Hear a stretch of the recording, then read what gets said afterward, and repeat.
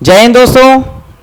बेटा ये जो हमारा जो लेक्चर आपके संग डिस्कस हो रहा है क्लास 11th एंट्रेंस का केमिस्ट्री का पूरा जो कंटेंट हम आपको पढ़ा रहे हैं क्लास में, वो आपके पास में digitally online platform Katara academy YouTube channel के माध्यम से आप तक पहुंचाने की पूरी कोशिश है। किसी भी स्टूडेंट को जो कटारा एकेडमी में पढ़ रहा है प्यारे बच्चों, और किसी अदर्स एकेडमी में पढ़ रहा है, तो उसको बहुत सारे क्वेश्चनों में दिक्कत होती है चैप्टर्स पे कि केमिस्ट्री में याद करने का कंटेंट है, ऐसा बोल देते हैं बच्चे हमारे से। और दूसरी कंडीशन ये होती है कि सब चैप्टर वाइज मेरे पास में यदि नंबर ऑफ क्वेश्चनों का एक्सप्लेनेशन आ जाए तो बहुत मेरे लिए 11th एंट्रेंस एमयू के लिए बहुत अच्छा हो सकता है। तो बेटा उसी के लिए मैं engineer CV sir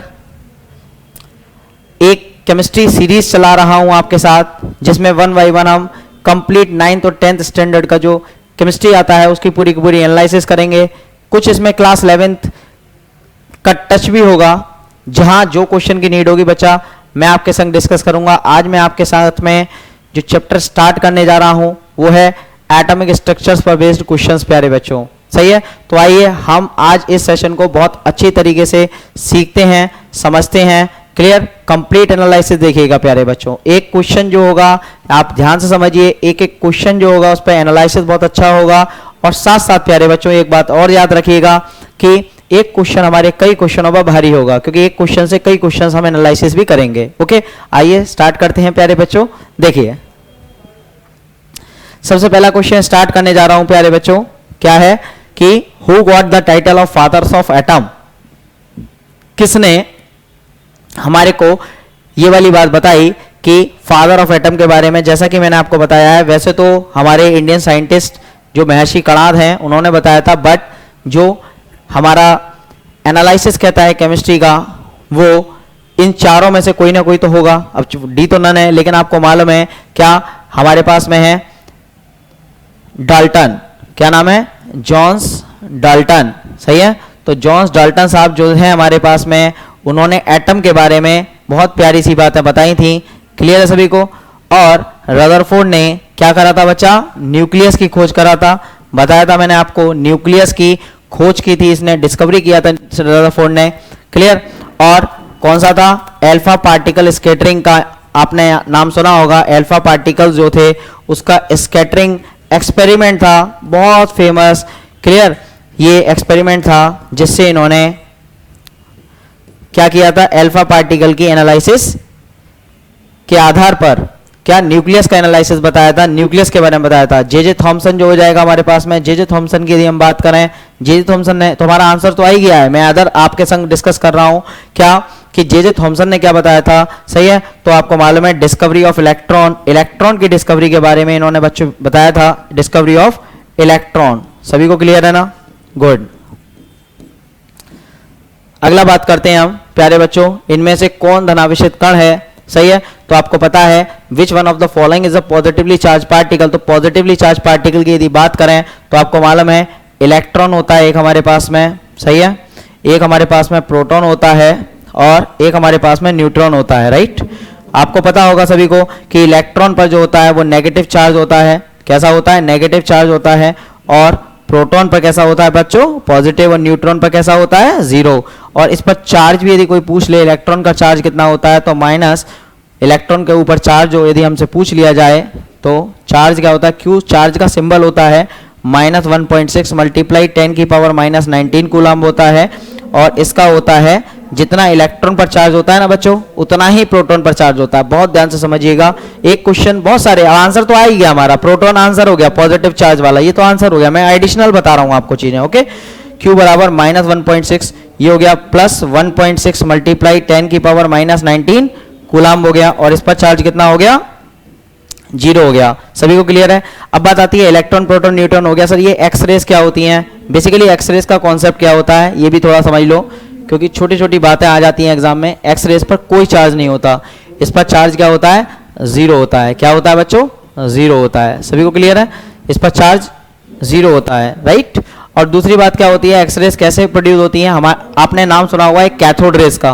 cathode rays जो होती है हमारे पास में, वो कैथोड रेज हमारे पास में किसी ऐसे एलिमेंट पर आकर टकराती हैं जिसका मॉलिक्यूलर मास बहुत ज़्यादा होता है। क्या होता है? मॉलिक्यूलर मास बहुत ज़्यादा होता है, और जब इस पर आकर टकराएंगे उसका मेल्टिंग पॉइंट भी बहुत ज़्यादा होता है, मतलब मेल्टिंग पॉइंट भी बहुत ज़्यादा और मॉलिक्यूलर मास भी बहुत ज़्यादा। ऐसे पदार्थ पर आकर जब टकराती हैं प्यारे बच्चों, तो आपको पता है क्या होता है? इससे कुछ रेज निकलती हैं जिनको हम क्या कहते हैं? ये इनविजिबल होती हैं। क्या होती हैं? इनविजिबल होती हैं। क्लियर? इनविजिबल का आप जानते होंगे। क्लियर? दिखाई नहीं देती हैं, और इनविजिबल रेज जो होती हैं इन्हीं को हम क्या बोल देते हैं? एक्स रेज बोल देते हैं। क्या बोल देते हैं बच्चा? एक्स रेज बोल देते हैं। ओके, तो इस तरीके से हमारे पास में ये एक्स रेज क्या होती हैं? क्वेश्चन पूछ लिया जाए तो एक्स रेज पर कोई चार्ज नहीं होता है इन, और ये कब उत्पन्न होती हैं? कैथोड रेज की मदद से प्रोड्यूस होती हैं। ओके और कब होती हैं? जब इन पर मॉलिक्यूलर मास जो होता है हमारे पास में बहुत ज़्यादा हो, और मेल्टिंग पॉइंट जिस मटेरियल पर डाली जा रही है ना वो बहुत ज़्यादा होना चाहिए, तो हमारे पास में एक्स रेज का प्रोडक्शन होता है। क्लियर? बेसिकली बोलते हैं एक्सरा। तो एक्सरा जो हम कराने जाते हैं ना, हड्डी वगैरह जब टूट जाता है प्यारे बच्चों, तो वो एक्सरा नहीं होता है, वो एक्स रेज होता है। ओके, तो इन चीज़ों को थोड़ा ध्यान से समझिएगा। आगे बढ़ते हैं। अगला क्या है? द्रव्यमान संख्या किसके बराबर होती है? तो आपको पता है द्रव्यमान संख्या जो होती है जेड एक्स से होता है हमारे पास में, राइट? तो जेड एक्स से जो है हमारे पास में जेड क्या होता है? जेड होता है हमारे पास में एटॉमिक नंबर, सभी को पता है, सही है? एटॉमिक नंबर होता है, और ए जो होता है हमारे पास में वो मास नंबर होता है, द्रव्यमान संख्या जैसे कहते हैं, द्रव्यमान संख्या जैसे कहते हैं। और पूछ रहा है कि द्रव्यमान संख्या यानी कि मास नंबर हमारा किसके बराबर होता है? तो आपको पता होना चाहिए, मैंने बताया भी है क्लासेस में बेटा कि, और उसका तो एनालिसिस भी किया था, न्यूट्रॉन और प्रोटॉन का जो सम होता है उसको मास नंबर कहते हैं। मतलब यदि कोई एटम है हमारे पास में, उसमें न्यूट्रॉन प्लस प्रोटॉन है और इसके चारों तरफ क्या घूम रहे हैं? हमारे इलेक्ट्रॉन घूम रहे हैं, तो न्यूट्रॉन और प्रोटॉन का जो सम होता है इसी को हम क्या कहते हैं? मास नंबर कहते हैं। क्लियर? और एक और आप ध्यान से सुनो, न्यूक्लियॉन्स एक टेक्निकल वर्ड आता है, न्यूक्लियॉन्स, सही है? इसे हिंदी में भी न्यूक्लियॉन्स ही बोलते हैं। तो नंबर ऑफ न्यूक्लियॉन्स यदि आपसे कोई पूछ ले, नंबर ऑफ न्यूक्लियॉन्स कोई पूछ ले, तो वो ए ही होता है जिसे हम नंबर ऑफ प्रोटॉन और नंबर ऑफ न्यूट्रॉन की संख्या के सम के बराबर बोलते हैं। मतलब न्यूट्रॉनों की संख्या जोड़िए और न्यूट्रॉनों की संख्या प्रोटॉनों के संग ऐड कर दीजिए तो हमारे को न्यूक्लियॉन्स मिल जाएंगे, राइट? कोई भी एलिमेंट है तो आप मास नंबर के बराबर ही क्या बोल सकते हो? उसमें न्यूक्लियॉन्स होंगे। क्लियर? चलिए नेक्स्ट अगला, तो इसका आंसर आपको पता चल गया क्या आएगा? सी आंसर आएगा। क्लियर बच्चों? आगे देखो, अब आता है proton are the particles. Protons किस प्रकार के पार्टिकल्स होते हैं? अभी बताया था मैंने। क्लियर? 1H1 प्रोटॉन होता क्या है ये भी पता कर लो कि हमारे पास में हाइड्रोजन एटम होता है। ये भी क्वेश्चन बन जाता है छोटा सा, ध्यान से समझो, सही है? हाइड्रोजन, आंसर बताना मेरा मोटिव नहीं है कि मैं आपको सीधे आंसर लिखा दूं, मैं एनालिसिस भी कर रहा हूं साथ साथ। ओके बेटा, हाइड्रोजन होगा, हाइड्रोजन में से क्या करेंगे हम? एक इलेक्ट्रॉन को निकाल देंगे। जब एक इलेक्ट्रॉन को प्यारे बच्चों निकालेंगे तो हमारे को मालूम है कि केवल और केवल एक पॉजिटिव चार्ज यहां पर आ जाएगा। लॉजिक क्लियर है? सिंपल है, क्योंकि चार्ज कंजर्व रहना चाहिए, जितना नेगेटिव है उतना ही पॉजिटिव होगा। अब बात आती है, ये हो गया हाइड्रोजन आयन। क्या हो गया? हाइड्रोजन आयन हो गया, राइट? हाइड्रोजन आयन हो गया, राइट? अब अच्छा ये क्या है हमारे पास में? ये क्या है? ये तो हमारे को मालूम है कि हमारे पास में एक प्रोटॉन होगा, इसमें 0 न्यूट्रॉन होंगे, और क्या होगा? एक इलेक्ट्रॉन होगा।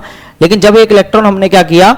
निकाल दिया, एक इलेक्ट्रॉन इसमें से निकाल दिया, तो हमारे को पता चल रहा है केवल और केवल इसमें एक प्रोटॉन और 0 न्यूट्रॉन है, राइट? यस और नो? तो इसका मतलब क्या है? इस पर यानी कि एक इलेक्ट्रॉन जब निकाल देंगे तो इस पर क्या होगा? ये कंडीशन आएगी, तो ये न्यूक्लियस ही तो हो गया। क्या हो गया? न्यूक्लियस ऑफ हाइड्रोजन एटम हुआ, नहीं हुआ? न्यूक्लियस ऑफ हाइड्रोजन एटम हुआ, राइट? यानी कि क्या हुआ? हाइड्रोजन परमाणु का नाभिक, हाइड्रोजन परमाणु का नाभिक हो गया प्यारे बच्चों। और इसी को हम क्या बोल देते हैं? इसी को हम बोल देते हैं क्या? प्रोटॉन। क्या बोल देते हैं? प्रोटॉन बोल देते हैं, राइट? तो इसका मतलब इसको क्या बोल रहे हैं हम? प्रोटॉन भी बोल देते हैं, राइट? सभी को क्लियर है? तो इस पर चार्ज कैसा होता है? इस पर चार्ज होता है पॉजिटिव, राइट? कैसा होता है? पॉजिटिव। सभी को क्लियर है ना? चलो अगला देखो, जब इलेक्ट्रॉन की बौछार एंटी कैथोड, एंटी कैथोड का मतलब क्या होता है? देखो कैथोड रेस तो है ही है, कैथोड रेस तो आ ही रही है, और मैंने अभी एक्स रेस बताया था आपको, कैथोड रेस, सही है? और हमारे पास में अभी हम बात कर रहे थे यहाँ पर कोई ऐसा मटेरियल है जिस पर हम क्या कर रहे हैं? कैथोड रेस को डाल रहे हैं। कैथोड रेस वही है, क्लियर? स्ट्रीम ऑफ इलेक्ट्रॉन्स, यानी कि इलेक्ट्रॉनों की धाराएं जो होती हैं, इलेक्ट्रॉन जब बह रहा होता है बहुत स्पीड से लगातार कंटिन्यूअसली, तो उससे एक रेस बनती है जिसको हम क्या कह देते हैं? कैथोड रेस कहते हैं। ओके, तो इसका मतलब क्या है कि कैथोड रेस जो होती हैं जब किसी एलिमेंट पर डाली जाती हैं तो कौन सी रेज निकालती हैं, आपको पता है, अभी बताया था, एक्स रेज निकालती हैं। क्लियर? तो आपसे इसी में क्वेश्चन पूछ लिया कि कौन सी रेज निकलती हैं, तो आपका आंसर क्या हो जाएगा, एक्स रेज क्या होती है, रिलीज होती हैं। सभी को क्लियर है बच्चा? चलो आगे बढ़ते हैं, ध्यान से सीखो। किसी कक्षा में अधिकतम इलेक्ट्रॉनों की, यानी कि what is the maximum number of electron in the shell और द ऑर्बिट। आपको पता है कि साइंटिस्ट बोर्ड्स की एनालिसिस है हमारे पास में, बोर्ड्स का एटॉमिक मॉडल है, और maximum number of electrons in a shell, किसी कोश में अधिकतम इलेक्ट्रॉनों की संख्या यदि पूछ ले तो आपका क्या आएगा आंसर, 2n² आएगा। क्या आएगा, 2n²। यहां पर n क्या होता है, n होता है शेल के बारे में बताता है। किसके बारे में बताता है बच्चा, शेल के बारे में बताता है। थोड़ा सा आइडिया देता हूं प्यारे बच्चों, ध्यान से समझो इसको।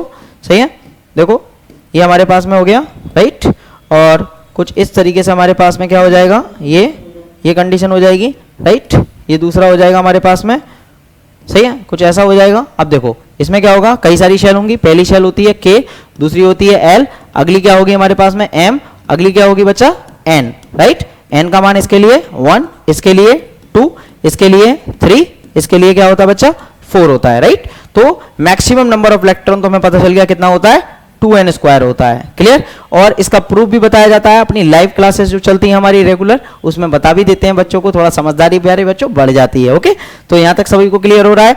अब बात आती है, यदि हमसे शेल के बारे में कोई पूछ ले, शेल को तो जानते हो ना, कोश कहते हैं, कोश है कक्षा, राइट।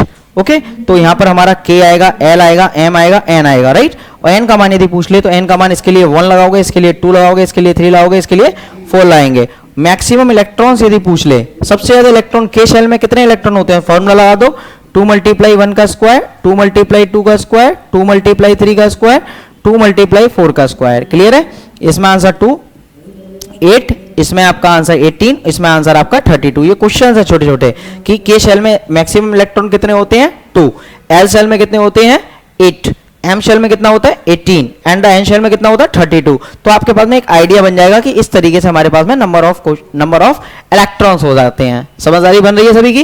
तो आपका आंसर तो आ गया 2n²। Now we have to move over the next concept, cathode rays क्या होती हैं। अभी बताया था मैंने कैथोड रेज क्या होती हैं। देखो मैंने दोनों रेज के बारे में बता देता हूं आपको, एक तो कैथोड रेज होती हैं, सही है, कुछ 11th में भी है, 9th में भी है टॉपिक, तो कैथोड रेज, सही है। कैथोड रेज क्या होता है, हमारे पास में इलेक्ट्रॉन्स होता है, और इलेक्ट्रॉन्स यदि हमारे पास में बहुत सारे इलेक्ट्रॉन्स एक साथ लगातार ये ऐसे करके जा रहे हैं, बिल्कुल सीधे जा रहे हैं, तो वो एक रेज बना लेंगे। क्या बना लेंगे, रेज का फॉर्मेशन कुछ लाइक दिस ऐसे कर देते हैं, राइट। इन्हीं को क्या कह देते हैं, कैथोड रेज बोल देते हैं, राइट। इसका डिटेल डिस्कशन क्लास 11th में पढ़ाया जाता है, सही है। अब बात आती है कैथोड रेज कहते हैं, इन पर चार्ज कैसा होगा, कैथोड रेज पर चार्ज होता है नेगेटिव चार्ज होता है। कैसा होता है, नेगेटिव चार्ज, मतलब इन पर माइनस आवेश होगा, राइट। अब बात आती है पॉजिटिवली चार्ज कोई रेज होती हैं, हाँ होती हैं। एक होता है, एक और नाम है एनोड रेज। क्या नाम है, एनोड रेज, हिंदी में भी इन्हें एनोड किरणें कहते हैं, राइट। एनोड किरणें जब होंगी हमारे पास में तो क्या होगा बच्चा, हमारे पास में यहाँ पर कुछ ऐसी कंडीशंस आएंगी, राइट। और अब यहां पर क्या होगा, प्रोटॉन, यदि हमारे पास में प्रोटॉन है, प्रोटॉन का मतलब पॉजिटिव चार्ज, पॉजिटिव चार्ज यदि हमारे पास में रखने वाले पार्टिकल लगातार भाग रहे हैं एक लाइन में, सही है, एक स्ट्रेट लाइन में, तो वो रेज बनती हैं, उनको कहते हैं अपन लोग एनोड रेज। तो कोई क्वेश्चन, इसको एक और नाम है, इसको कहते हैं हम कैनाल रेज भी कहते हैं। क्या कहते हैं, कैनाल रेज भी कहते हैं, राइट। इसको पॉजिटिव रेज के नाम से भी जाना जाता है, राइट, क्योंकि चार्ज पॉजिटिव है, सही है। इसको किसके नाम से जाना जाता है, नेगेटिव रेज के नाम से भी जान लेते हैं, राइट। बहुत सी जगह लिख देते हैं नेगेटिव रेज, सही है, क्योंकि इस पर चार्ज नेगेटिव होता है, राइट। तो इस तरीके से हमारे पास में कैथोड रेज कैसी हैं, नेगेटिवली चार्ज पार्टिकल से मिलकर बनी हुई हैं, इसीलिए नेगेटिव रेज बोल देते हैं। समझदारी बन रही है सभी की? चलो आगे बढ़ते हैं बच्चा।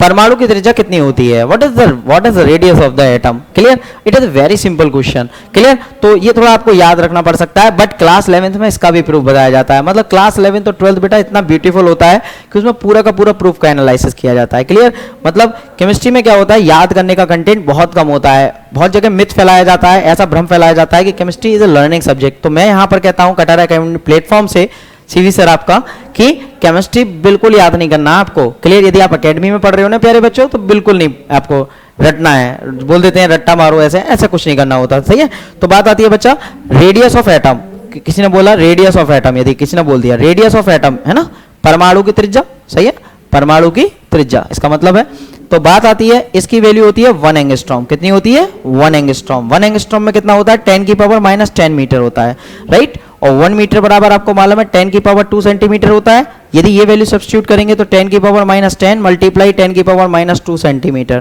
तो हमारे पास में कितना हो जाएगा? 10 की पावर माइनस 8, 10 की पावर 2 सॉरी 10 की पावर माइनस 8 सेंटीमीटर हो जाएगा। सही है। इसमें से कोई ऑप्शन मिल रहा है? राइट, मिल रहा है। इसी के साथ साथ एक इंपॉर्टेंट बात और बता देता हूं, रेडियस ऑफ न्यूक्लियस भी पूछ लेता है कभी कभी, राइट। रेडियस ऑफ न्यूक्लियस भी पूछ लेता है बच्चा, राइट। तो देखो रेडियस ऑफ न्यूक्लियस क्या होता है हमारे पास में? सही है, ये होता है 1 फर्मी। क्या होता है? 1 फर्मी। ये एंगस्ट्रॉम, ये फर्मी। इसकी वैल्यू होती है 10 की पावर माइनस 15 मीटर। और इसको लिख सकते हैं, देखो मीटर से सेंटीमीटर जा रहे थे तो पावर 2 कम हो गई, इसमें भी 2 कम हो जाएंगी, तो माइनस 13 सेंटीमीटर हो गई। एक क्वेश्चन और पूछ लेता है, देखो और क्वेश्चन भी बता रहा हूं साथ साथ, राइट। देखो इधर एटम की रेडियस, परमाणु की त्रिज्या और नाभिक की त्रिज्या का रेशो भी पूछ लेता है, राइट। तो क्या करेंगे? दोनों को क्या कर देंगे? रेशो में ले लेंगे। 10 की पावर माइनस 10 मीटर और 10 की पावर माइनस 15 मीटर। कितना आ जाएगा? 10 की पावर 5 आ जाएगा। 10 की पावर 5 आ जाएगा। समझदारी बन रही है सभी की? कितना सिंपल हो गया ना। ये भी आ सकता है क्वेश्चन कि दोनों की रेडियसों का रेशो पूछ ले। नेक्स्ट बच्चा आता है इलेक्ट्रॉन पर आवेश क्या होता है। बताया था मैंने आपको। देखो इलेक्ट्रॉन हो गया, प्रोटॉन हो गया और न्यूट्रॉन हो गया, सही है। वैसे हमें इस पर एक्चुअल चार्ज पूछे ना, एक्चुअल चार्ज तो हमें मालूम है 1.6 मल्टीप्लाई 10 की पावर माइनस 19 कूलम होता है। इस पर प्लस 1.6 मल्टीप्लाई 10 की पावर माइनस 19 होता है और इस पर 0 होता है। यदि लेकिन हमसे पूछ रहा है कि कितने यूनिट होता है, कितने यूनिट, ये रिलेटिव चार्ज पूछ रहा है क्योंकि यूनिट में दिया हुआ है। तो देखो इस पे कितना होता है? -1 यूनिट नेगेटिव चार्ज, ई के ऊपर माइनस लगा देते हैं। इस पर कितना होता है? +1 यूनिट नेगेटिव चार्ज, ई के ऊपर क्या लगा देते हैं? प्लस लगा देते हैं, मतलब प्रोटॉन के ऊपर प्लस ऐसे लिखा देते हैं या ऐसे लिख देते हैं P या H प्लस। ओके, समझ में आ रहा है। और न्यूट्रॉन के लिए क्या लिख देते हैं? 0 लिख देते हैं, कुछ इस तरीके से। तो आपका आंसर तो आ गया। 1 यूनिट क्या हो जाएगा प्यारे बच्चों? नेगेटिव चार्ज हो जाएगा। नाउ आगे बढ़ते हैं बच्चा, ध्यान से सुनो सभी बातों को। 6012 एंड 6014 क्या होते हैं? सभी को बताऊंगा, परेशान नहीं होना है, राइट। देखो सबसे पहले बात करता हूं मैं, आइसोटोप क्या होते हैं, राइट। आइसोटोप्स क्या होते हैं, राइट। इसे हिंदी में बोलते हैं समस्थानिक। क्या बोलते हैं? समस्थानिक, सही है। तो समस्थानिक क्या होते हैं? यदि आपसे कोई ये पूछने लग जाए जिनका ये एक ही एलिमेंट के होते हैं, क्या होता है? एक ही एलिमेंट के संग ये प्रॉपर्टी शो होती है, पहली बात, राइट। दूसरी बात क्या होता है? इसमें जेड जो होता है ना, एक ही एलिमेंट के ऐसे एटम जिनमें जेड क्या होता है? सेम होता है, और ए क्या होता है? डिफरेंट होता है, राइट। ए डिफरेंट होगा तो हमारे पास में क्या होगा? वो आइसोटोप्स होंगे। देखो ध्यान से सुनो, देखो 6012 मैं और भी बता दूं, 6013 और भी बता दूं, 6014, राइट। तो बेटा इसमें क्या है हमारे पास में, सभी को दिख रहा होगा कि सर जेड तो इसमें सेम है, जेड तो इसमें 6 है। जेड कितना है? 6। ए सर इसमें अलग अलग है, ए सब में अलग है। ए कितना है हमारा? ए डिफरेंट है, राइट। इसका मतलब हो गया कि डेफिनेटली क्या है? ये आइसोटोप्स हैं। क्या है बच्चा? आइसोटोप्स हैं, राइट। सभी को क्लियर है? चलो अब बात आती है आइसोबार क्या होते हैं। आइसोबार में डिफरेंट हो जाता है, देखो सीख लो। आइसोबार यदि कोई पूछ ले, आइसोबार यदि पूछ ले तो ये डिफरेंट एलिमेंट्स के होते हैं। किसके होते हैं? डिफरेंट एलिमेंट्स की ये प्रॉपर्टी है, राइट। भिन्न तत्वों के लिए ये बात आती है हमारे पास में, भिन्न तत्वों के लिए बात ये आती है, पहली बात। दूसरी बात क्या होता है इसमें? क्या होता है? जेड जो होता है ना, जेड वो क्या होता है हमारे पास में? डिफरेंट होता है। जेड उल्टा, जेड डिफरेंट, और ए क्या होता है हमारे पास में? सेम होता है। जैसे एग्जांपल दूं मैं आपको, सही है।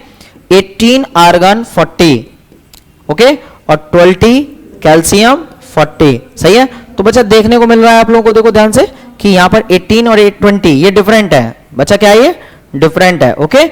और ये क्या है बच्चा? सेम है। समझदारी बन रही है। तो ए सेम है, जेड डिफरेंट है, इसीलिए क्या हो जाएगा बच्चा? ये आइसोबार्स हो जाएंगे। यदि ऐसा क्वेश्चन आ जाए, ऐसा आ जाए तो ऐसा बनाएंगे, राइट। आइसोमर्स जो होते हैं वो हमारे पास में क्या होती है?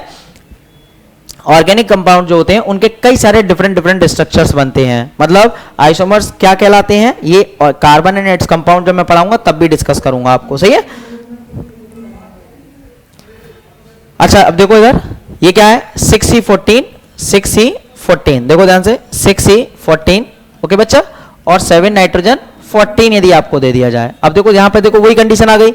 ये तो बच्चा क्या है? डिफरेंट है, राइट। ये डिफरेंट है और ये क्या है? सेम है बच्चा, ओके। तो सेम है, इसका मतलब क्या हो गया कि ए सेम और जेड डिफरेंट। तो आइसोबार्स हुए नहीं हुए? बोलो बच्चा, समझ में आया ना? देखो कितना सिंपल हो गया क्वेश्चन। चलो अब बता दिए परमाणु में क्या कह रहा है कि nucleus, clear, what is the present in the nucleus of an atom, मतलब किसी भी एटम के न्यूक्लियस में क्या प्रेजेंट होता है। सही है, तो अपन लोगों को मालूम है क्या प्रेजेंट होता है बच्चा, बोलो, आपको पता होगा ना। वीडियो को जब देख रहे हो तो आंसर भी आपके दिमाग में चल रहा हो, क्लियर, क्योंकि हमने ही आपको पढ़ाया है, आप लोगों के लिए ही बनाया जा रहा है, राइट। तो देखो बच्चा क्या है, ये इलेक्ट्रॉन है, सभी को पता है, और हमें मालूम है प्यारे बच्चों, क्या, जल्दी बोलो, न्यूट्रॉन प्लस प्रोटॉन हमारे इसमें होते हैं। किसमें होते हैं प्यारे बच्चों? न्यूक्लियस में होते हैं। समझ में आ रही है? तो न्यूक्लियस में हमारा कौन है? न्यूट्रॉन और प्रोटॉन रहते हैं। और याद है ना आपको, जितने प्रोटॉन होते हैं उतने ही इलेक्ट्रॉन होते हैं। यस और नो? प्रोटॉन और इलेक्ट्रॉन क्या होते हैं? बराबर होते हैं। इसलिए एटम कैसा होता है हमारा? उदासीन, न्यूट्रल होता है। सही है ना? उदासीन होता है। सही है, तो एटम की ये कंडीशन होती है हमारे पास में। समझदारी बन रही है? तो इलेक्ट्रॉन और प्रोटॉन हमारे पास में क्या होता है? हमारे पास में किसी भी न्यूक्लियस में, सॉरी इलेक्ट्रॉन प्रोटॉन नहीं, न्यूट्रॉन है, सॉरी कहां गया, न्यूट्रॉन है proton. Okay, neutron and proton हमारे न्यूक्लियस के अंदर रहते हैं। चलो बच्चा आगे देखो, सोडियम में न्यूट्रॉन की संख्या कितनी होती है? देखो मैंने आपको ट्रिक बताई थी, न्यूट्रॉन की संख्या कभी भी निकालनी हो तो देखो ZXA, ये है, तीनों बताऊंगा, इलेक्ट्रॉन प्रोटॉन न्यूट्रॉन तीनों बताऊंगा इसमें, राइट, एक ही क्वेश्चन में। इलेक्ट्रॉन यदि आपको निकालना हो कभी भी किसी एटम में, या प्रोटॉन निकालना हो, तो आपको आंसर Z के बराबर लगाना है। लेकिन यदि न्यूट्रॉन की संख्या निकालनी हो ना, तो ऊपर वाली वैल्यू में से नीचे वाली वैल्यू माइनस करनी है। मतलब A में से किसको माइनस करना है आपको? Z को माइनस करना है। देखो क्या है, 23 सोडियम और 11। अब आपको इलेक्ट्रॉन कितने हैं? इलेक्ट्रॉन और प्रोटॉन यदि पूछ ले तो कितने हैं? 11। न्यूट्रॉन यदि पूछ ले तो कितने हैं? 23 में से कितना करो माइनस? 11 माइनस करो तो कितना आएगा हमारे पास में?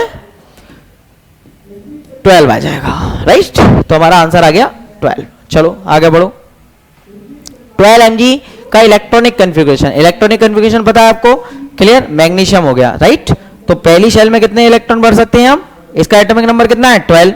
यस और नो? तो पहली शेल में कितने भर सकते हैं? 2। दूसरी शेल में कितने भर सकते हैं? 8। तो 2 और 8 कितना हो गया? 2 और 8 10। बचा कितना? 12 इलेक्ट्रॉन है, बचा 2। तो बचा हुआ हमारा 2 यहां आ जाएगा। तो कुछ इस तरीके से 2 8 2 हो जाएगा। सही है, तो हमारा आंसर क्या हो गया? ये करेक्ट हो गया, राइट। देखो कैल्शियम का देख लो, कैल्शियम का होगा तो क्या होगा? 20 कैल्शियम 41, और क्वेश्चन बता दूं इसी में ही। सही है, तो क्या होगा इलेक्ट्रॉनिक कन्फिगरेशन? पहले में 2, दूसरे में 8, आगे भी 8, राइट। तो कितना हो गया? 18। बचे हुए इलेक्ट्रॉन लास्ट में चले जाते हैं। पहली में तो हमेशा देखो के शेल में हमेशा 2 इलेक्ट्रॉन बनने हैं, सही है, यदि संभव हो तो। एल में 8 यदि पॉसिबल हो, एम में 8, और एन में आपको क्या बनने हैं? या तो 1 भरोगे या 2 भरोगे। समझ में आ गया? तो ये कंडीशन आपको लगानी है, सही है। प्रोटॉन पर चार्ज होता है, अभी बताया था इलेक्ट्रॉन पर चार्ज, अब प्रोटॉन पर पूछ लिया। तो प्रोटॉन पर चार्ज कितना होता है? +1 यूनिट। इलेक्ट्रॉन पर कितना होता है? -1 यूनिट। और न्यूट्रॉन पर कितना होता है? 0 यूनिट। तो आंसर कितना आ गया बच्चा? हमारा आ गया +1 यूनिट। समझ में आ गया? चलो आगे बढ़ो। अब क्या है, आगे क्वेश्चन बढ़ो। किसी एलिमेंट के if the atomic number of element is 12, atomic number कितना दे रखा है? 12 दे रखा है। तो Z हमारे पास में दे रखा है 12, राइट। और क्या है? How many proton and the how many electrons, electron भी पूछ रहा है और प्रोटॉन भी पूछ रहा है। Are there in present in the atom of that element, मतलब उस एलिमेंट में कितने हमारे पास में क्या है? इलेक्ट्रॉन और प्रोटॉन। तो मैंने बताया था इलेक्ट्रॉन की संख्या और प्रोटॉन की संख्या इक्वल होती है, एटम न्यूट्रल होता है, वो किसके बराबर होता है? Z के बराबर। Z कितना दे रखा है? 12। आंसर आ गया, सिंपल, क्लियर। तो आंसर कितना आ गया? 12, आ गया। सभी को क्लियर है? चलो आगे बढ़ते हैं। किसी एलिमेंट में प्रोटॉन कितने हैं? प्रोटॉन कितने हैं बच्चा? 11, सही है, प्रोटॉन की संख्या 11 दे रखी है। और न्यूट्रॉन कितने हैं? न्यूट्रॉन भी हमारे पास में दे रखा है 12। एट मास नंबर नहीं, एटॉमिक नंबर बताना है आपको। एटॉमिक नंबर क्या होता है? Z, और Z बराबर क्या होता है? P। Z एटॉमिक नंबर बराबर प्रोटॉनों की संख्या होती है, यस और नो? 11 आ गया। मान लीजिए ये एटॉमिक नंबर की जगह मास नंबर पूछ लेता, क्या पूछ लेता? मास नंबर पूछ लेता, तो मैं मालूम है क्या करता बच्चा? देखो मास नंबर होता है A, सही है, तो क्या करता? A बराबर होता है N + P, राइट। N की वैल्यू 12 और P की वैल्यू 11, तो आंसर कितना आता? 23 आ जाता। समझ में आ गया? चलो A यदि पूछ लेता तो अभी हमारा आंसर क्या है? Z बराबर P बराबर 11। चलो आगे बढ़ो। किसी एटम के न्यूक्लियस में कितने प्रोटॉन है? 20 प्रोटॉन है। प्रोटॉन कितने हैं? 20, राइट। न्यूट्रॉन भी कितने हैं? 20, राइट। मास नंबर पूछ रहा है, बताया ना अभी मैंने, A बराबर क्या होता है? N प्लस P होता है। 20 plus 20 is equal to what? 40 हो गया, राइट। आंसर आ गया 40, राइट। चलो आगे बढ़ो। एलिमेंट की मास नंबर दे रखी है, A कितना है? 23 दे रखा है, ओके। न्यूक्लियस में कितने न्यूट्रॉन हैं? न्यूट्रॉन भी दे रखे हैं। न्यूट्रॉन कितने हैं? 12। परमाणु की संख्या बतानी है, मतलब हमको क्या बताना है कि एटॉमिक नंबर बतानी है, सही है। तो क्या पता करना है? Z पता करना है हमको। तो हमें मालूम है कि A बराबर क्या होता है हमारे पास में? N प्लस P होता है। सभी को क्लियर है ना? सही है। और आपको मालूम है जो प्रोटॉन होते हैं वही Z होता है, वही क्या होता है? Z होता है। लॉजिक लगाओ, सही है। तो हमारे पास में क्या आ जाएगा? यहां से आ जाएंगे क्या? Z का मान आ जाएगा। Z बराबर क्या होगा? A minus N। A कितना है हमारे पास? 23 माइनस 12 बराबर कितना हो गया? 11, राइट। ये आ गया। देखो इधर इसका दूसरा तरीका देखो, ध्यान से सुनो, ध्यान से सुनो, सही है। क्या दे रहा है? 23 तो हमको ये दे दिया, सही है। X एलिमेंट है कोई, और ये दे रखा है न्यूट्रॉन कितना है? ये Z है, सही है। तो हमें मालूम है ना न्यूट्रॉन की संख्या निकालने का तरीका क्या होता था? 23 में से डायरेक्ट कर सकते हो। 23 में से किसको घटाओगे? Z को। तो क्या आएगा? न्यूट्रॉन आएगा, नहीं आएगा? बोलो, न्यूट्रॉन कितना दे रखा? 12। यहां लगा दो 12, सही है। तो Z बराबर कितना आ गया? आया नहीं आया? 11। समझ में आया? सिंपल नहीं? चलो बढ़ो आगे। मास नंबर कितना है? 24। A बराबर कितना है बच्चा? 24, राइट। और परमाणु संख्या, एटॉमिक नंबर कितना दे रखा हमारे को? एटॉमिक नंबर दे रखा है हमारे को Z बराबर 12, सही है। न्यूट्रॉन पूछ रहा है साहब, क्या पूछ रहा है? न्यूट्रॉन। हाउ मेनी न्यूट्रॉन्स पूछ रहा है। तो हमें मालूम है क्या करना है? 24x 12, ऊपर वाली वैल्यू में से नीचे वाली वैल्यू को माइनस कर दो। 24 माइनस 12 बराबर कितना? 12। न्यूट्रॉन कितने आ जाएंगे? 12 आ जाएंगे, राइट। सिंपल। चलो आगे बढ़ो। ये क्वेश्चन है देखो, अब इसमें फंडामेंटल पार्टिकल्स पूछ रहा है। फंडामेंटल पार्टिकल्स हमारे पास में क्या होंगे? देखो इधर A20 40 कैल्शियम है, पता है आपको। तो इलेक्ट्रॉन और प्रोटॉन कितने होंगे? इलेक्ट्रॉन प्रोटॉन तो आपको मालूम है Z के बराबर होते हैं 20। और न्यूट्रॉन कितने होंगे? ऊपर में से नीचे वाली वैल्यू को माइनस कर दो, आंसर आ जाएगा आपका, राइट। सही है। तो आंसर आ गया 20 20 20, राइट। चलो देखो मास नंबर कितना दे दिया हमारे को? A। मास नंबर कितना है? मास नंबर दे दिया हमारे को। एटॉमिक नंबर कितना है? एटॉमिक नंबर है 90, राइट, ओके। एलिमेंट ले लिया X। और क्या कह रहा है हमसे कि मास नंबर दे रखी है हमारे को, द्रव्यमान संख्या 230। पूछ रहा है न्यूट्रॉन्स बताइए आप न्यूक्लियस में कितने होंगे। तो न्यूट्रॉन्स निकालने का तरीका पता तो है हमें। 230 में से 90 अपन लोग क्या करेंगे? माइनस कर देंगे। तो कितना आ जाएगा? 140 आएगा, नहीं आएगा? ऊपर वाली वैल्यू में से नीचे वाली वैल्यू माइनस करेंगे, राइट। चलो किसी एलिमेंट में ये दे रखा है, आप देखो, सही है, ये दे रखा है, ओके। चलो आगे क्या है? न्यूट्रॉनों की संख्या बतानी है आपको, और किसकी बतानी है? एक तो न्यूट्रॉन बताना है, और एक बताना है आपको क्या?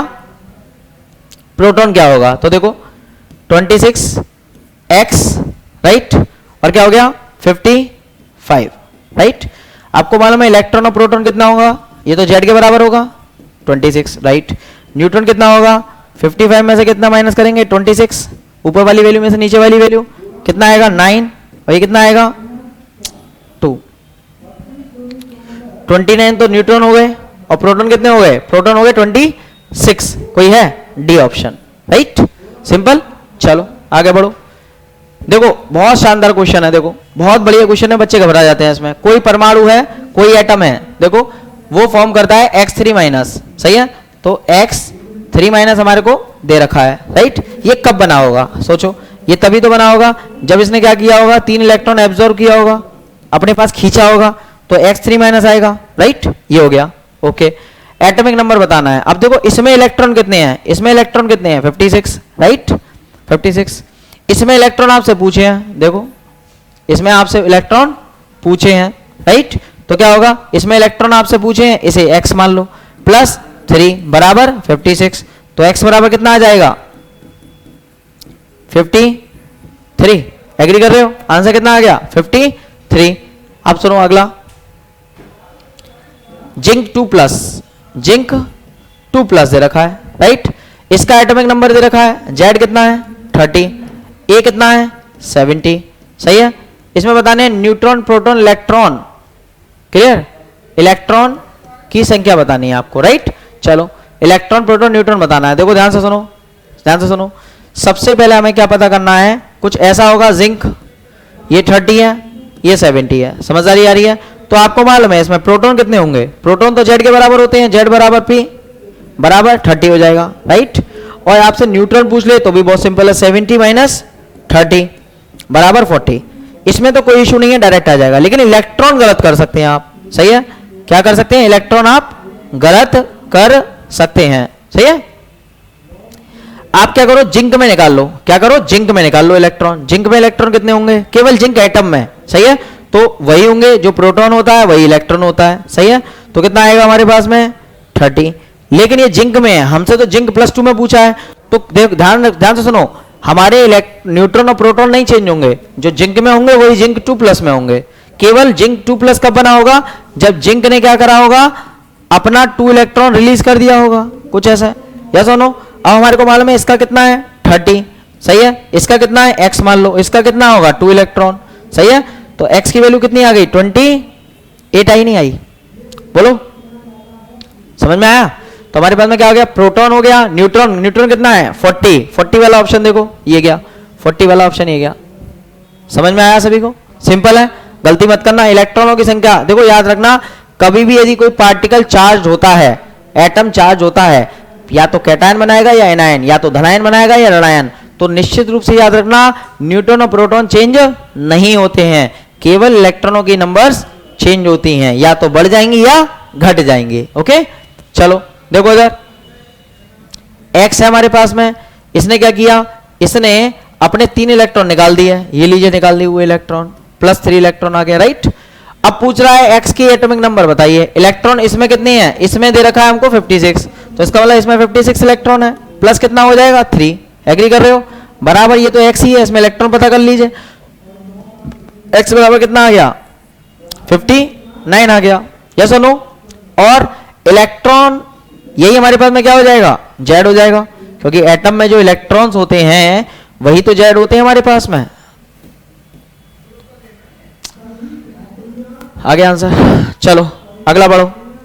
प्रकृति देखो, बहुत अच्छा क्वेश्चन है हमारे पास में, 17Cl35 17Cl37 के हमारे पास को मिक्सचर दे रखा है, क्या दे रखा है, मिक्सचर दे रखा है, राइट। और इस मिक्सचर में हमसे पूछा गया है कि नंबर ऑफ प्रोटॉन बताइए, क्या बताइए, नंबर ऑफ प्रोटॉन। तो हमें मालूम है इसमें भी प्रोटॉन इसमें भी प्रोटॉन, Z के बराबर ही तो होता है प्रोटॉन की संख्या, और वो कितना है 17, खत्म। समझ में आ रहा है, चलो देखो बहुत अच्छा क्वेश्चन।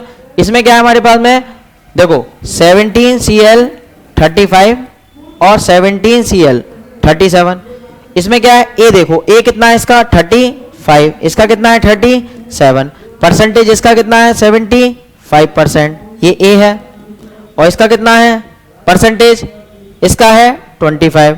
जब भी आपको कभी एवरेज निकालना हो, एवरेज एटॉमिक मास निकालना हो, एवरेज एटॉमिक मास, औसत परमाणु द्रव्यमान यदि निकालना हो आपको, राइट, जो पूछा गया है, एएम का मतलब एवरेज एटॉमिक मास, औसत परमाणु द्रव्यमान, सही है।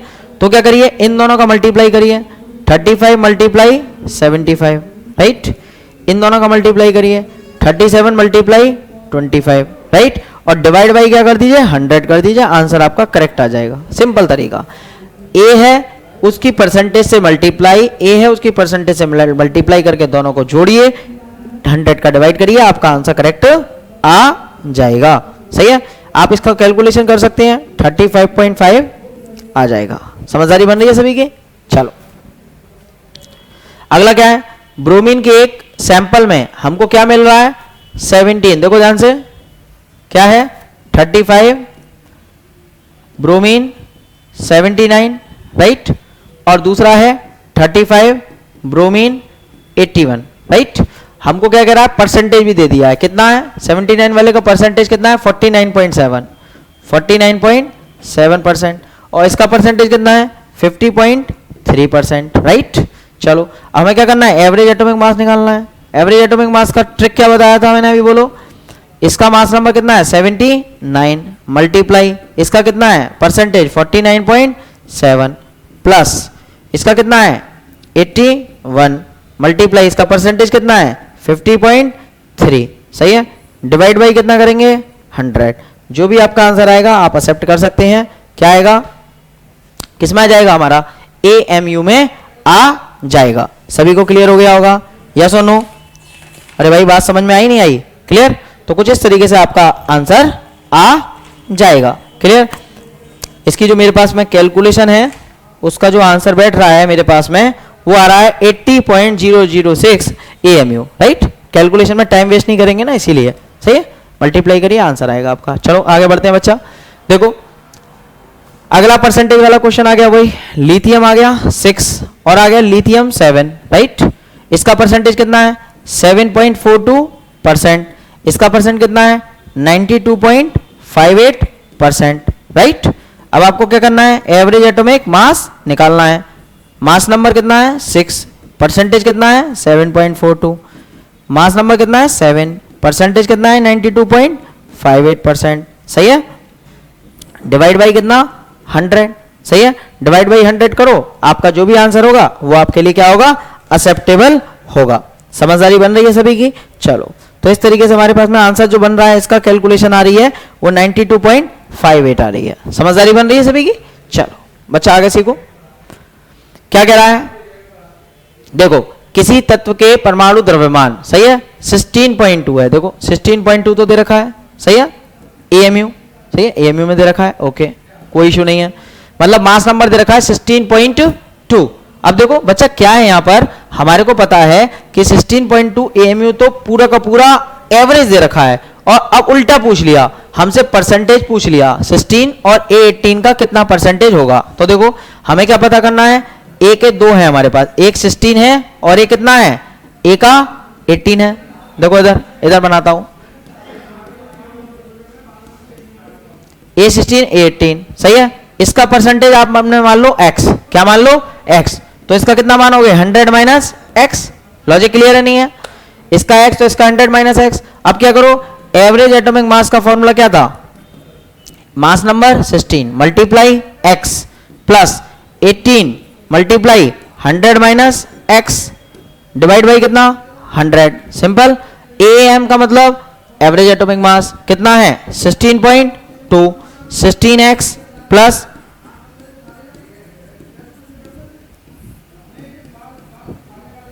समझ में आ गया सभी को। अब अच्छा यहां से क्या करेंगे, हम कैलकुलेशन कर सकते हैं। देखो 16.2 बराबर कितना होगा, ये 16x और माइनस का 18x, तो कितना हो जाएगा, माइनस का ये हो जाएगा 2x प्लस का 1800 डिवाइड बाई 100। इसको उधर ले जाओ 1620 माइनस 2x प्लस 1800, 2x को उधर ले जाओ, ये आ गया हमारे पास में इधर 180, x बराबर कितना आ गया 90%, कितना आ गया 90%। मतलब ये 90% है, ये 16 कितना है 19%। तो हमें मालूम है दूसरा क्या होगा 18, तो 100 में से माइनस कर दो, 100 माइनस 90, 100 माइनस 90 तो कितना आएगा 10%। सिंपल ना। तो इस तरीके से हमारे पास में आंसर ये आ जाएगा। अच्छा प्रॉब्लम था, आ सकता है, ऐसे क्वेश्चन आते रहते हैं कैलकुलेशन कराने को, सही है। चलो देखो देखो ये अब नए क्वेश्चंस आने लग गए हमारे पास में। 92 यूरेनियम 238 के परमाणु में से एक अल्फा कण के निकलने से बने परमाणु में न्यूट्रॉनों की संख्या होगी। देखो इधर होता क्या कॉन्सेप्ट है कि जब भी हमारे पास में अल्फा पार्टिकल को निकाला जाता है, सही है, किसी भी एटम में से अल्फा पार्टिकल को यदि आप निकालेंगे तो याद रखना अल्फा पार्टिकल क्या होता है 2He4 का न्यूक्लियस। यस और नो। अल्फा पार्टिकल क्या होता है, alpha particle is nothing but it is a nucleus of बेटा क्या होगा, न्यूक्लियस ऑफ हीलियम एटम, सही है, यानी कि हीलियम परमाणु का नाभिक, सही है। चलो अब ध्यान से सुनो। अब क्या होगा, हमारे को मालूम है जब भी कभी एक अल्फा पार्टिकल निकलेगा, कितना, एक अल्फा पार्टिकल, इसी को अल्फा पार्टिकल कहते हैं। तो z में कितने की कमी होगी, बैलेंस करो, z इधर है तो इधर कितना आएगा, z माइनस 2 आएगा, राइट, ओके। और a में कितने की कमी होगी, a माइनस 4 हो जाएगा। तो याद रखना अल्फा पार्टिकल जब भी कभी निकलेगा तो z में 2 की कमी और एक a में 4 की कमी होगी एक अल्फा पार्टिकल के निकलने से। बीटा का भी बताऊंगा, पहले क्वेश्चन कर लूं, ओके।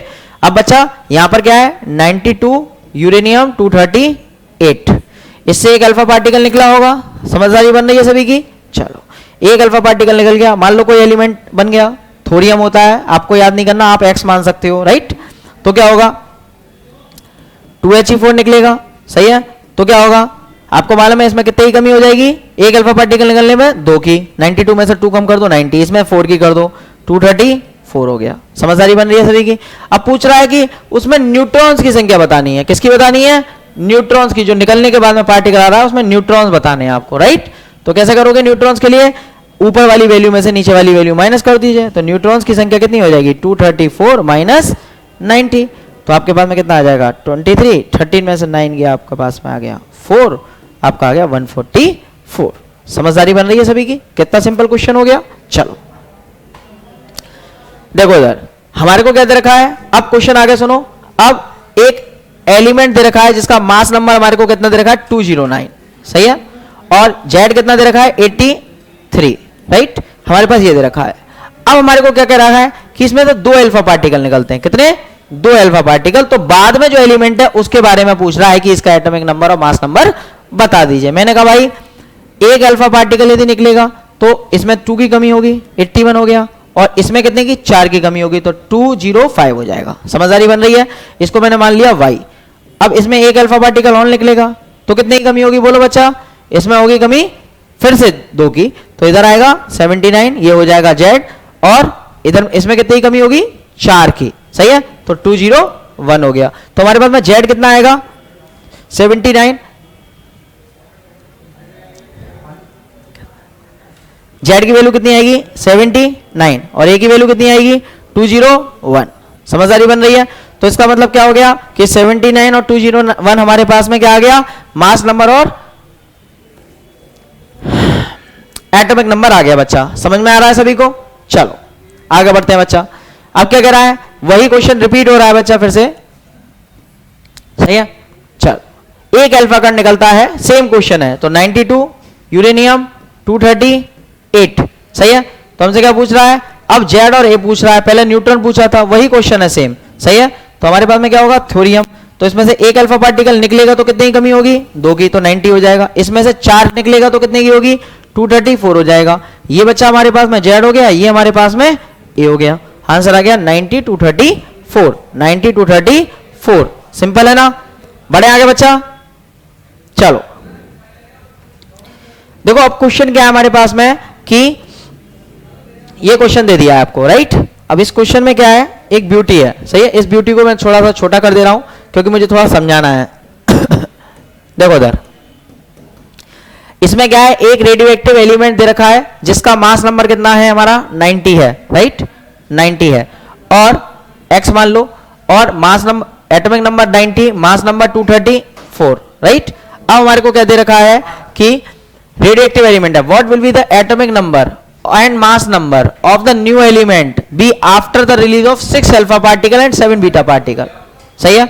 मतलब कहने का ये है कि इस एलिमेंट में से यदि 6 अल्फा पार्टिकल और 7 बीटा पार्टिकल निकाल दिए जाएं तो बताइए कि जो बाद में एलिमेंट मिलेगा उसका जेड और ए क्या होगा, ये पूछ रहा है, सही है। अच्छा क्वेश्चन है। इसके लिए मेरे पास एक बहुत शानदार ट्रिक है, क्या, देखो ध्यान से, Z X A goes to, सही है, ये हमारे पास में हो गया इसमें Z1 पहली शुरुआत में Z1 A1 मान लिया, दूसरे में लास्ट में जो एलिमेंट मिलेगा वो Z2 A2 हो गया, सही है। आपसे यदि अल्फा पार्टिकलों की संख्या पूछ ले तो बहुत कुछ नहीं करना, बस क्या करना है, A1 में से A2 को माइनस करो, A1 में से A2 को माइनस करो, डिवाइड बाई 4 कर दो। कितना कर दो, डिवाइड बाई 4, आंसर करेक्ट आएगा। देखो मैं भी करूंगा यार, परेशान नहीं हो। बीटा पार्टिकल यदि निकलवा दे तो क्या करेंगे, 2 मल्टीप्लाई अल्फा, जो भी अल्फा का मान आएगा वो माइनस Z1 माइनस Z2 करना है, बस आपका आंसर सटीक आएगा, बिल्कुल सही है। बस ये काम आप यदि कर पाए तो बस ये समझ लो आनंद ही आनंद है। ये क्या हो गया? अच्छा,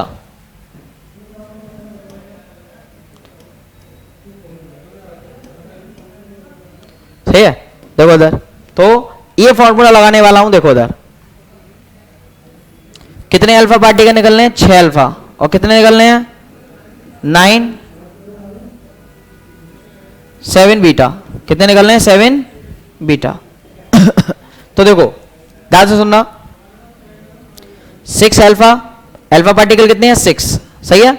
6 अल्फा, फॉर्मूला ये लगा रहा हूं, A1 माइनस A2 अपॉन 4, सही है। A1 तो मालूम है शुरुआत में, ये क्या है? Z1, ये क्या है? A1, सही है ना।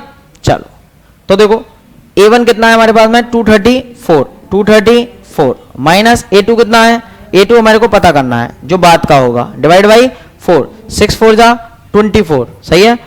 A2 कितना आ जाएगा? 24 इधर आएगा, ये आ जाएगा 210। कितना आ जाएगा? कैलकुलेट कर लेना, 210 आ जाएगा। कोई ऑप्शन है? अरे सर डायरेक्ट पहले बार में ही आ गया, आंसर आ गया साहब, आंसर देख लो। बच्चा भागता है आंसर के पीछे, देखो ये आ गया। ये कुछ ऐसा आएगा, क्यों आएगा आंसर? ये क्योंकि 210 किसी में है ही नहीं है, एक में ही है। अब देखो बीटा के लिए चेक करो, बीटा के लिए देखो, बीटा कैसे करेंगे? बीटा के लिए हम क्या लगाएंगे फॉर्मूला? बीटा के लिए फॉर्मूला है 7। कितने बीटा है? 7 बीटा, 7 आ गया। 2 अल्फा, अल्फा कितने हैं? अल्फा कितने हैं? 6, अल्फा कितने हैं? 6, दिख रहा है। माइनस Z1 कितना है? Z1 हो गया ये 90, राइट। माइनस Z2 हो गया, राइट। ये कितना हो गया? 6 2 जा 12, सही है। 90 माइनस Z2, देखो ध्यान से सुनो, इसको इधर ले जाओ तो कितना हो जाएगा? माइनस का 5 बराबर माइनस का 90 प्लस का Z2, ये इधर ले जाओ तो Z2 आया नहीं आया? Z2 कितना आ गया? 85, सही है। क्वेश्चन एक बार करोगे तो बहुत फास्ट कर पाओगे, पहली बार सीखने में टाइम लगता है, सही है। आंसर आ गया बच्चा, चलो आगे बढ़ो। आगे क्या है? अब कह रहा है कि कितने अल्फा कितने बीटा। देखो ये वही क्वेश्चन आ गया बच्चा, देख रहे हो, ये वही क्वेश्चन आ गया प्यारे बच्चों, जो मैं भी आपको सिखा रहा था। अब इसमें अल्फा बीटा दिया था पिछले में, अब इसमें पूछ लिया, सही है ना। बहुत सिंपल है हमारे लिए, क्योंकि हमारे पास सीवी सर हैं, सही बात है ना। हमारे लिए बहुत सिंपल है। देखो अल्फा पार्टिकल निकालने के लिए, बीटा पार्टिकल निकालने के लिए क्या करोगे? इन दोनों को घटाओ, इन दोनों को घटाओ, 2 से डिवाइड 4 से डिवाइड करो। 238 माइनस 222 डिवाइड बाय 4, सही बात है। 16/4, आंसर कितना आ गया? 4। चलो भाई बहुत सुंदर। क्या कोई ऑप्शन है? 2 ऑप्शन मिल रहे हैं, 4 और 4 के, सही है। बीटा निकालो, बीटा के लिए 2 alpha minus Z1 minus Z2 apply करें। 2 अल्फा, अल्फा की संख्या कितनी है? 4, माइनस Z1 कितना है? Z1 ये है, Z2 ये है, तो 90 माइनस 83, आंसर कितना आता हुआ? आंसर आता हुआ बीटा पार्टिकल कितने हैं? 1। सही है ना, सभी को क्लियर है। चलो बीटा पार्टिकल निकलने पर कितने की कमी होती है, कितने का इंक्रीमेंट होता है, सब बताऊंगा, आगे क्वेश्चन आने दो, राइट। चलो देखो इधर, अब देखो यहां पर क्या, पहले ये समझो कि यदि कोई एलिमेंट है, देखो यहां समझा देता हूं, यदि कोई एलिमेंट है जिसमें से बीटा पार्टिकल निकल रहा है, क्या निकल रहा है? 1 बीटा पार्टिकल। कितना? 1 बीटा पार्टिकल। तो याद रखना, अब इस पर क्या होता है? बीटा पार्टिकल क्या होता है? ठीक इलेक्ट्रॉन की तरह ही होता है, बिल्कुल इलेक्ट्रॉन होता है, सही है। तो यहां पर क्या होता है? यहां पर Z कितना हो जाएगा? 1 बढ़ जाएगा, क्योंकि बैलेंस करो, Z + 1 - 1, तो Z हो जाएगा, लेफ्ट में भी Z होगा, Z दोनों ओर सेम होना चाहिए, और A है, इधर भी क्या हो जाएगा? A। तो यहां पर क्या होता है? जब भी कभी बीटा पार्टिकल निकलते हैं तो Z क्या हो जाता है? 1 यूनिट इंक्रीज हो जाता है, 1 यूनिट इंक्रीज हो जाता है। और A पर क्या होता है? नो इफेक्ट, नो इफेक्ट, कोई इफेक्ट नहीं पड़ता है, सही है। अब यहां सर जी 4 बीटा पार्टिकल निकलने हैं, सही है। हमारे पास पहला एलिमेंट ये है 90 x 234, सही है ना बच्चा। अब यहां से कितने पार्टिकल निकलने हैं? 4 बीटा, सही है। 1 बीटा के निकलने पर Z कितना बढ़ता है? 1 बढ़ जाता है। तो यहां पर 4 बीटा निकलेंगे तो कितना बढ़ेगा भैया? बोलो, 4 बीटा निकलेंगे तो 4 बढ़ेगा नहीं बढ़ेगा? ये बिल्कुल बढ़ेगा। और इस पर कोई असर पड़ेगा? 1 बीटा के निकलने पर कोई असर नहीं पड़ता, तो 4 बीटा के निकलने पर भी कोई A पर असर नहीं पड़ेगा। ओके, तो इस तरीके से हमारे पास में 234 ये है, तो 234 भी यही हो जाएगा। समझ में आ रही है सभी बच्चों को? तो इस तरीके से हमारा आंसर 94 234 हो जाएगा। चलो इसके बाद क्या होगा हमारे पास में? एक बीटा कण के उस, अब देखो, if the element changes into 14 and after the emission of beta, clear. एक बीटा पार्टिकल के एक बीटा पार्टिकल, देखो ध्यान से, एक बीटा पार्टिकल निकलता है तो हमसे कह रहा है 14n यानी कि n 14 बन जाता है, राइट। चलो, तो पूछ रहा है मूल एलिमेंट मतलब फंडामेंटल एलिमेंट में न्यूट्रॉन्स बताने हैं, मतलब अब उल्टा करना है, सही है। तो हमें उल्टा जाएंगे, देखो ध्यान से सुनो, जब हम लेफ्ट टू राइट जा रहे थे, जब हम एलिमेंट में से बीटा निकाल रहे थे तो एक बढ़ रहा था, तो अब यहाँ क्या हो जाएगा, अब एक क्या हो जाएगा, घट जाएगा नहीं घट जाएगा, नाइट्रोजन का एटॉमिक नंबर Z 7 होता है, सही है। तो हम जब लेफ्ट जाएंगे तो क्या हो जाएगा, एक हमारे पास में कम हो जाएगा, तो क्या होगा, यहाँ 6 है तो यहाँ 7 होना चाहिए ना, एक बढ़ गया, तो लेफ्ट जाएंगे तो एक कम कर देंगे, राइट। चलो, ए पर कोई असर पड़ेगा, ए पर कोई असर नहीं पड़ेगा, तो जो 14 है वही 14 यहाँ पर रहने वाला है। अब पूछ रहा है न्यूट्रॉन कितने होंगे, तो न्यूट्रॉन निकालने के लिए कितना होगा, 14 माइनस 6, कितना आ गया बच्चा, 8 आंसर आ गया, सिंपल। चलो, बहुत बढ़िया। अब देखो, अब क्वेश्चन फटाफट से ना देखो, रीड करो फटाफट से, सही है। इन चीजों को देखो, पानी,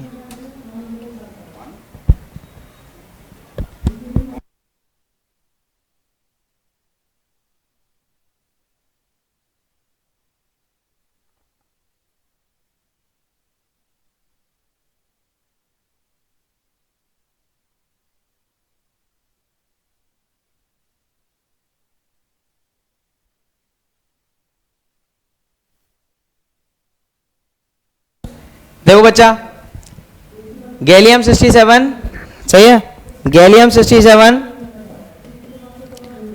अर्धआयु 78 घंटा है, तो इसकी सक्रियता को प्रारंभिक सक्रियता का 1/4, सही है। देखो क्वेश्चन कैसे होते हैं, सुनो, क्लास में मैंने बहुत बड़ा डिस्कशन किया था इसके ऊपर, बस यहाँ एनालिसिस करना बाकी है, सही है।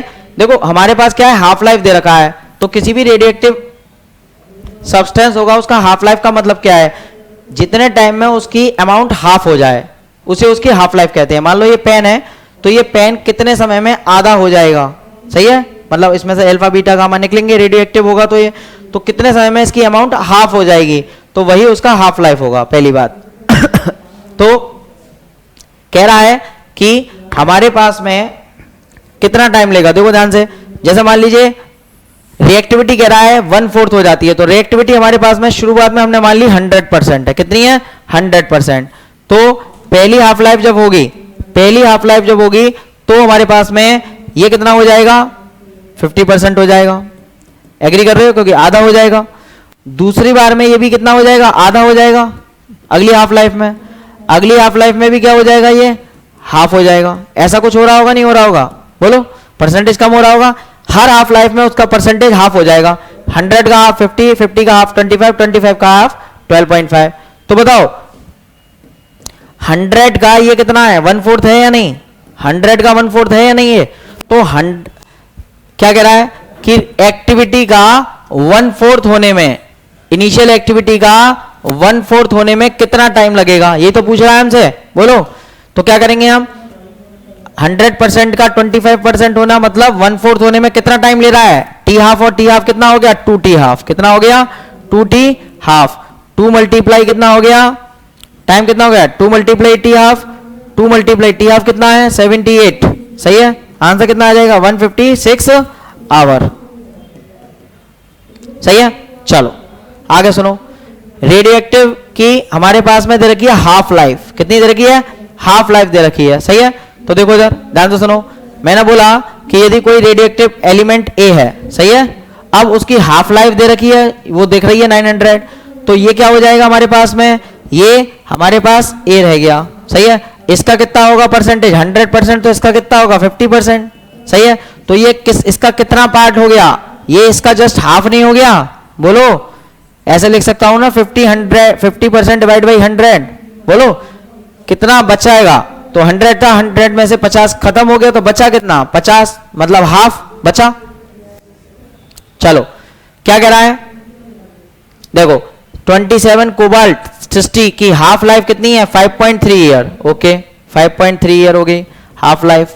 चलो, और कह रहा है 21.2 ईयर बाद 10 मिलीग्राम नमूने में रेडियो एक्टिव कोबाल्ट 60 की कितनी मात्रा रह जाएगी, बची हुई मात्रा पूछ रहा है। तो आप पहले क्या करिए, नंबर ऑफ हाफ लाइफ निकाल लीजिए। नंबर ऑफ हाफ लाइफ कैसे निकालते हैं, T upon T half, T कितना है 21.2, हाफ लाइफ कितनी है 5.3, कितनी बार गया ये 4 बार गया, यस और नो। अब बात कर रहा है कि बची हुई मात्रा निकालनी है तो आर टी बराबर फॉर्मूला लगाएंगे, याद है आर नॉट अपॉन 2 की पावर n, बताया था। आर नॉट क्या है, शुरुआत की मात्रा कितनी है 100 मिलीग्राम, ये लीजिए 100 मिलीग्राम, डिवाइड बाय 2 की पावर कितना 4, 2 की power 4, 10 upon 16, 8 upon 5 upon 8, 5 upon 8, 0.4, 0.4 के आसपास, 0.4 क्यों 0.6, सही है, 0.625 के आसपास कोई आंसर है, चलो मिल गया, सही है ना, तो आंसर आ गया डी। ये दो फॉर्मूले यूज करेंगे, आंसर आएगा आपका। ओके, आगे बढ़ो। हाफ लाइफ कितनी दे रखी है बच्चा 15, टी हाफ कितनी है 15 सेकेंड। ओके, चलो कह रहा है 1 मिनट के बाद, 1 मिनट मतलब टी, कैपिटल टी दे रखा है कितना, 1 मिनट का बोले तो मतलब 60 सेकेंड, इसका ग्राम में दे रखा है, आंसर मिलीग्राम में है, तो आप क्या करें ऐसे ग्राम को मिलीग्राम में कन्वर्ट करना है। आर नॉट बराबर कितना 0.1 ग्राम बराबर 100 मिलीग्राम, राइट। कितनी मात्रा बच जाएगा ये पूछ रहा है, अमाउंट बच जाएगा मतलब क्या है, अमाउंट बच जाएगा मतलब आपसे वही पूछ रहा है आर टी, अमाउंट बची हुई का मतलब आर टी, सही है। आर नॉट अपॉन 2 की पावर n, आर नॉट कितना है बच्चा 100 मिलीग्राम, 2 की पावर n, n का मान किससे निकालेंगे इन दोनों से, कैपिटल T बराबर n इंटू टी हाफ, बताया था। n की वैल्यू किससे निकालेंगे 15 डिवाइड बाय 60 डिवाइड बाय 15, कितना आएगा 4, 100 अपॉन 2 की power 4, that is equal to 25, 16 हो गया 4, सही है ना। चलो 6.25 मिलीग्राम आ गया आंसर, 6.25 मिलीग्राम आ गया आपके पास में, 6.25 मिलीग्राम आ गया, सिंपल है ना, बोलो बना लोगे ना। हाँ चलो, हाफ लाइफ कितनी है, हाफ लाइफ दे रखी है इतनी, टी हाफ कितना है 1600 ईयर दे रखा है। किसी नमूने में कितना परसेंटेज, कितना भाग 6400 वर्षों में डिके हो जाएगा, सही है। चलो डिसइंटीग्रेट हो जाएगा, ये पूछ रहा है कितने समय में डिसइंटीग्रेट हो जाएगा, सही है। रेडियम की हाफ लाइफ कितनी है 1600 ईयर, इसके किसी सैंपल में कितना भाग डिके हो जाएगा, सही है। तो देखो क्या करेंगे हम, सबसे पहले इन दोनों से क्या करेंगे n निकाल लेंगे, नंबर ऑफ हाफ लाइफ अर्धायुओं की संख्या, capital T upon T half, 6400 1600 कितना आ गया 4 आ गया, सही है। अब क्या होगा कि हमारे पास में यहां पर किसी नमूने का कितना भाग हमारा बचेगा, मतलब खर्च हो जाएगा, ये पूछ रहा है, बचेगा नहीं खर्च हो जाएगा। अभी तक हम बचा हुआ निकालते थे, देखो आर टी बराबर क्या होगा आर नॉट अपॉन 2 की पावर n, यस और नो, सही है। अब हमें जब पार्ट निकालना होता है ना तो आर नॉट क्या कंसीडर कर लेते हैं हम 1, क्या कर लेते हैं 1, सही है। तो कितना आएगा 1 अपॉन 2 की पावर n, n का वैल्यू कितना 4, तो कितना आ गया 1/16। ये तो हमारे पास में क्या है, ये तो हमारे पास में बचा वाला भाग है, बचा। तो खर्च कितना हुआ, खर्च कितना हुआ, खर्च का मतलब विघटित कितना हुआ, बोले तो डिसइंटीग्रेट कितना हुआ। शुरुआत का पार्ट था कितना एक में से कितना बचा इतना, तो खर्च कितना हो गया पता कर सकते हैं ना 15/16, आंसर आ गया बी। क्लियर है सभी को। चलो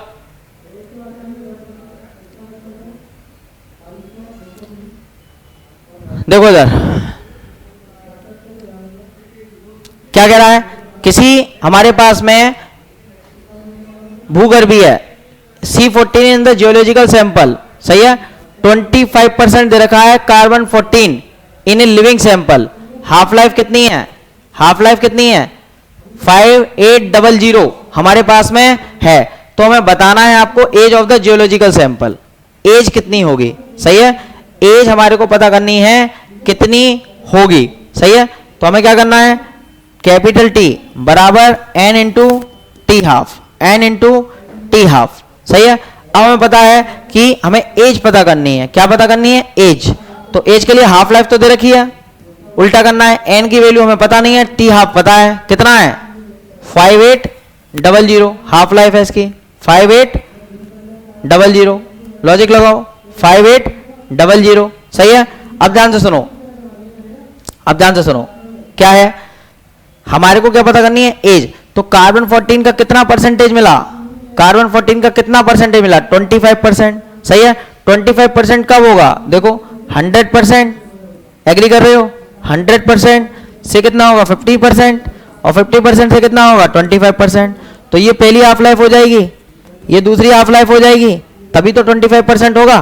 बोलो, तो कैपिटल टी यदि हम देखेंगे तो कैपिटल टी बराबर क्या होगा, एन इंटू टी हाफ।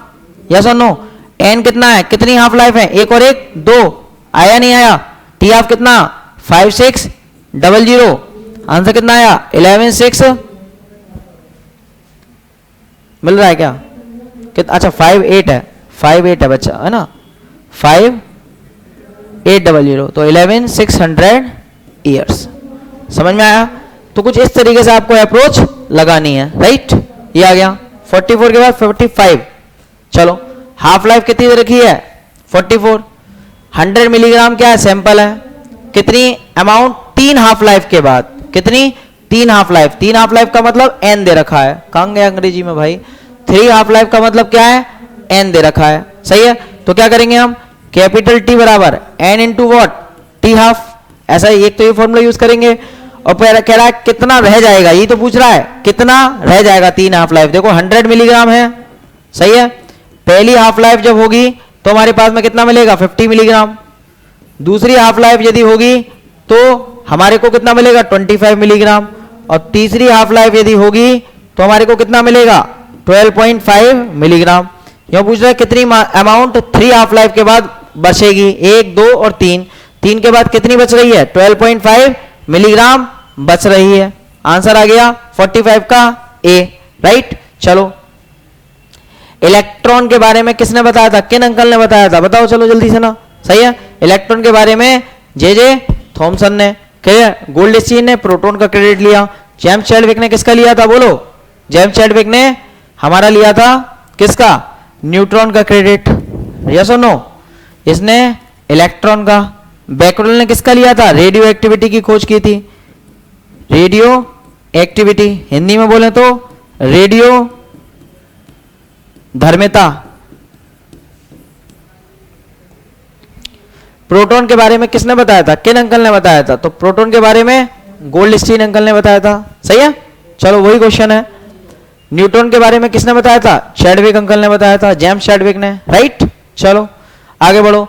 वैसे एलिमेंट जिनकी एटॉमिक नंबर सेम लेकिन मास नंबर डिफरेंट होती है। सही है, atomic number same but mass number क्या होती है, डिफरेंट होती है, राइट। क्या कहलाते हैं, बोलो, जेड सेम है, जेड सेम है, ए क्या है, डिफरेंट है, क्या कहलाएंगे, आइसोटोप्स कहलाएंगे, नहीं कहलाएंगे, बोलो बच्चा, समस्थानिक कहलाएंगे, समस्थानिक। किसी परमाणु में समान संख्या में पाए जाने वाले, देखो इक्वल नंबर में पार्टिकल्स जो पाए जाते हैं एटम में, तो मैंने बताया था एटम में क्या होता है, एटम हमारा क्या होता है, न्यूट्रल होता है, याद है। एटम यदि न्यूट्रल होगा तो इसमें इलेक्ट्रॉन बच्चा और प्रोटॉन क्या होंगे, इक्वल होंगे, नहीं होंगे, बोलो। तो इलेक्ट्रॉन और प्रोटॉन क्या होते हैं, इक्वल होते हैं। समझ में आ रही है सभी को। चलो आगे बढ़ो। किसी एटम में एटम द्रव्यमान संख्या, एटम मास नंबर किसके बराबर होती है, बताया था, मास नंबर जो होती है वो न्यूट्रॉन और प्रोटॉन के सम के बराबर होती है, बताया था सब। चलो 51 52 क्या है, ए दे रखा है हमारे को कितना 40, एक्स मान लो, मास नंबर इतना, एटॉमिक नंबर कितना 18, पूछ क्या रहा है न्यूट्रॉन्स। न्यूट्रॉन्स कैसे निकालोगे बच्चा, बोलो। न्यूट्रॉन्स निकालने के लिए ऊपर वाली वैल्यू में से नीचे वाली वैल्यू को माइनस कर दोगे ना, आंसर बनेगा नहीं बनेगा, बोलो 22। ओके चलो, इलेक्ट्रॉनों की संख्या कितनी है, इलेक्ट्रॉन कितने हैं 19। एटॉमिक नंबर पूछ रहा है, एटम याद है ना, एटम के लिए, फॉर एटम, एटम के लिए जो जेड होता है वही पी होता है, वही ई होता है, वही आंसर दे देगा। समझ में आया, आंसर क्या बना, देख लो क्या मच्छर टाइप हो गए ना क्वेश्चन, एक बार पढ़ लिया ना अकेडमी में ना आपने, तो हो गया ना सिंपल आपके लिए। मैं बोलता तो बस केवल एक बार ढंग से पढ़ लो सब। एटॉमिक नंबर क्या है, सिंपल सिंपल क्वेश्चन है, कितना है 15 एटॉमिक नंबर। ओके सॉरी, देखो यहां छोटी सी मिस्टेक है, यहाँ पर 32 आएगा, राइट, 32, यहाँ भी आएगा 32, ओके।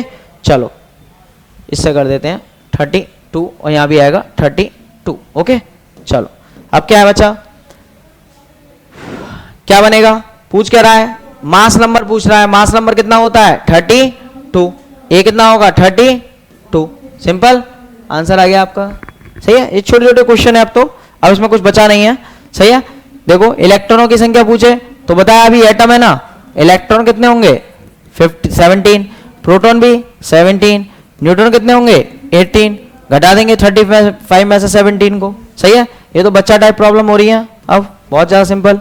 चलो इसमें न्यूट्रॉन बताने हैं, न्यूट्रॉन कितना होगा 238 में से 92, सही है, 8 में से 2 गया 6, यहां कितना आएगा,